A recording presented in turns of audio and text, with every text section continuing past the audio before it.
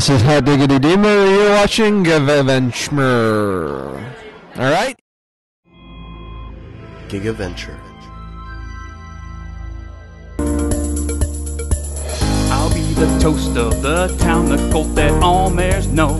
And the type of... Alright, this is JR with Gigaventure, and I'm here with the manliest Brony in the world. Maybe manliest man in the world. Nah. And would you do an introduction, please? Sure. My name is Dustykatt, and I am known as the manliest Brony in the world on YouTube. I do singing, and I do comedy videos, but I also have my own show on Everfree Network called Stay Brony My Friends, which is live Monday afternoons at 5 p.m. Pacific, 8 p.m. Eastern. All right, and that's you can stream that, right, on yes. the Everfree Network? All right, stream that on Everfree Network. And I have a quick question. How did you become so manly? Grew into it. Oh man, my dad's I'm sorry. My dad's father was one of the very first gentlemen to ever import Yamaha motorcycles into the United States. I have black and white photos of him actually doing dirt track on 1930s and 40s Harley Davidsons. My father worked 35 years in a Ford motor plant and was an all-state football player and had three of us boys. And wow. We grew up manly because we had to. Because in that house, you were manly or you were, you didn't get far. But I put it all to my grandparents and my family really raising me right. All right. And I'm curious how you got into the Brony fandom. A lot of people are like really skeptical at first, and were you kind of that kind of skeptical person too? I've been an animation, sci-fi, comic book fan most of my life. Awesome. I grew up with Wonderful World of Disney on Saturday evenings. You know, when you're 8 to 12 years old, sitting in front of the TV set with your parents watching Disney. So I was a Chip and Dale fan, Donald Duck, Goofy, Mickey Mouse, all the way back. And then when I was in grade school, I would run home from school in the Detroit area and watch black and white cartoons in the afternoon. And during that era in the 70s, it was Kim of the White Lion, Speed Racer, Voltron, and Battle of Planets, which were all straight from Japan. So I was one of the very first generation of American kids that was raised on Japanese animation. So I became an animation fan very early. And then I kept watching like Thunder the Barbarian and Devlin and classic Hanna-Barbera. And then like I went to college, I went to trade school, sort of dropped out of it a little bit because of having to get a career. And then Anon Flux came on, Liquid Television, MTV came on, and you start seeing really, really great independent animations again. So then Ren and Stimpy came out, and I mean, I've got pencil tested Ren and Stimpy on VHS at home. So that's the kind of collector I am. And then you had a dearth of kind of crud happen for a while. Yeah. And then you've got Cartoon Network comes back and starts making really great stuff. And then, you know, it goes to Foster's and it goes to Dexter and it goes to all of these really great shows. And it was the perfect storm.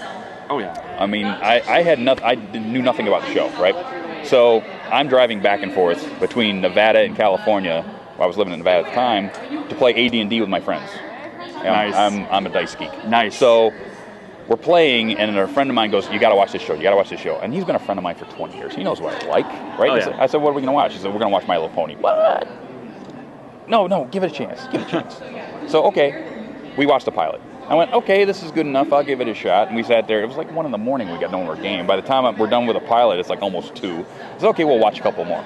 But all of a sudden, it's 5 in the morning, and we watched all the way through Sonic Rain Boom. Oh wow.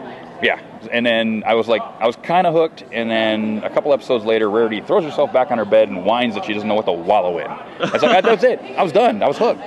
Like, writing like that, yeah, I'm in.